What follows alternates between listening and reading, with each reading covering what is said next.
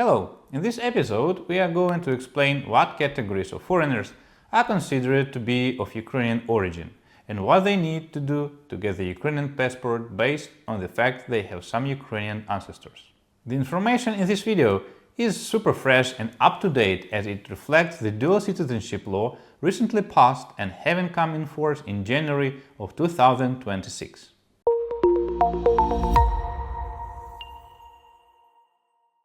My name is Sergey Alexandrov, I'm the founder of Legal Ideas Law Firm, and you are watching a channel with real legal analytics from expert lawyers without blogging and populism.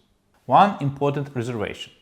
In some cases, stateless persons, refugees, asylum seekers, and foreigners who lived or were born in Ukraine after the 24th of August of 1991 also can obtain Ukrainian citizenship on the basis of Ukrainian origin. This video is not about such cases. In this video, we are going to explore cases when a person had relatives in Ukraine before its independence in 1991. The first thing an applicant should do is to understand how the law defines Ukrainian origin. A person has Ukrainian origin, or in other words, is of Ukrainian descent, if one of the two scenarios is met. The first scenario applies when an applicant or at least one of their parents, or one of their grandparents, or one of their great-grandparents, or one of their full-blood or half-blood siblings, or one of their children, or one of their grandchildren was born or had permanently lived before the 24th of August of 1991 on the territory that became the modern Ukrainian state.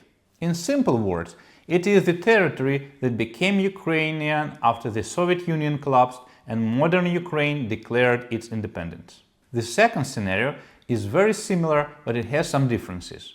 Like, it does not include children and grandchildren, but it does include other territories.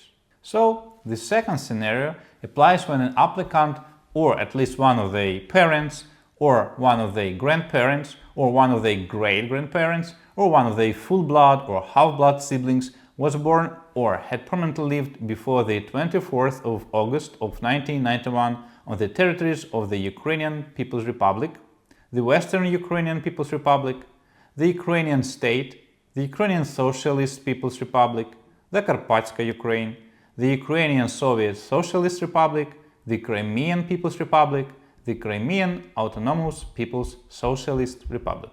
There are so many geographical names because Ukraine has been fighting for its independence and sovereignty for centuries, during which there were multiple attempts to found an independent state. So those are the names of the historical states that don't exist anymore. In both scenarios, if they apply to you, then you and your children also can apply for Ukrainian citizenship by your Ukrainian origin. Quite often, we are asked if all those family members have to be Ukrainian citizens. The answer is no. Their citizenship doesn't matter. It also doesn't matter what nationality they had. There always have been many national groups in Ukraine.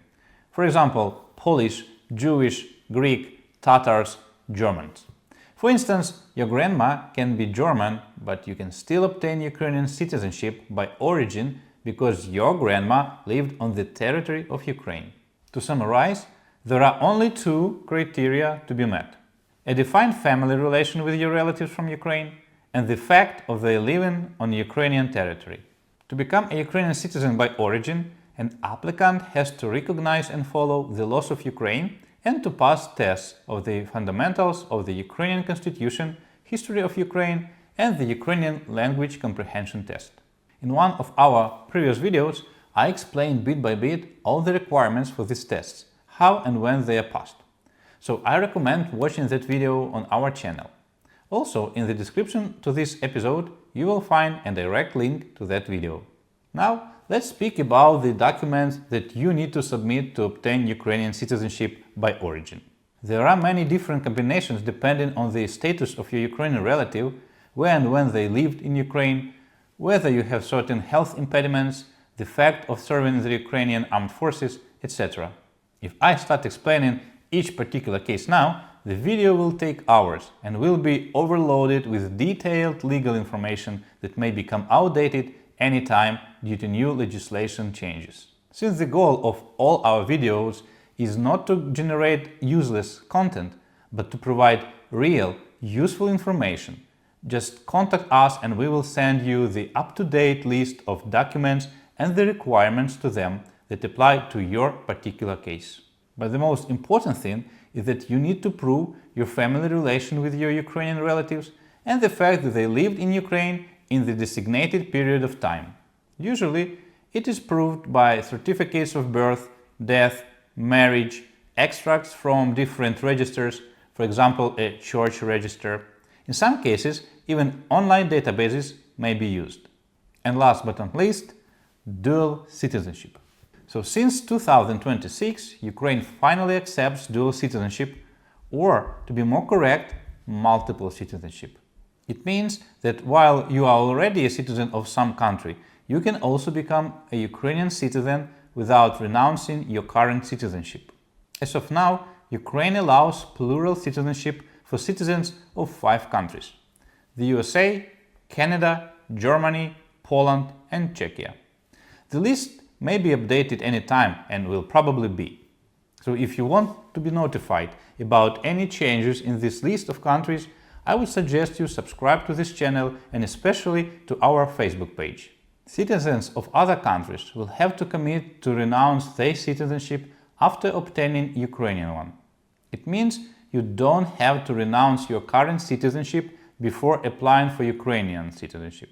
Instead, you promise to renounce it usually within the next 2 years. This is all that relates to obtaining Ukrainian citizenship by origin as of today. My name is Sergey Alexandrov. I'm the founder of Legal Ideas Law Firm, and you're on a channel with real legal analytics without blogging and populism.